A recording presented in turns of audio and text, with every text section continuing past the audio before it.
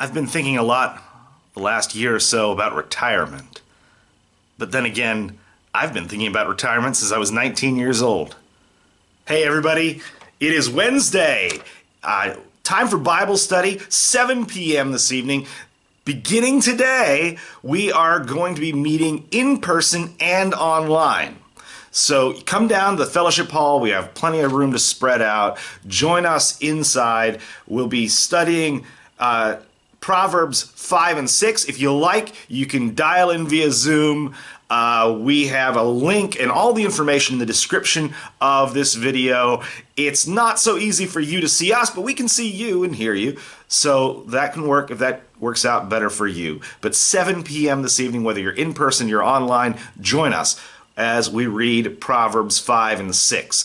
And when we get into chapter 6, we start reading about an uncomfortable subject. What uncomfortable subject, you ask? Work.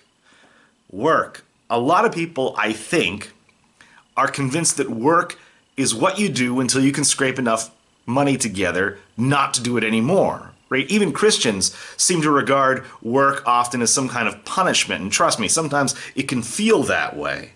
But the Bible paints this portrait of work beginning actually at the end of Genesis chapter 2, where the human beings are given command to cultivate the garden, to watch over the creatures of the earth, and of course the third command is to be fruitful and multiply, right, and to fill the earth.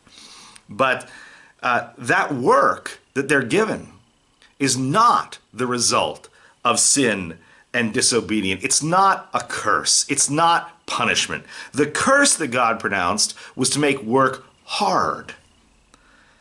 But work itself is a feature of life in paradise from the beginning. The Apostle Paul insisted that, for example, preachers of the gospel had a right to be paid, but he was very, very proud of the fact that he supported himself during his ministry by working as a tent maker.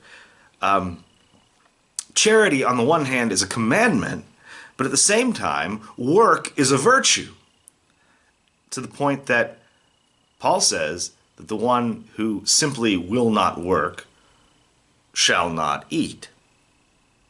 Now, in chapter 6 of Proverbs here, we discover Solomon's warnings here to his son that work is not something to do because we're forced to do it. It's a genuine good. It's part of what it means to be made in the likeness and the image of God. He says, "Go to the ant, consider her ways, and be wise. Without having any chief or officer or ruler, she prepares her bread in summer and gathers her food in harvest. A little sleep, a little slumber, a little folding of the hands to rest, and poverty will come upon you like a robber, and want like an armed man."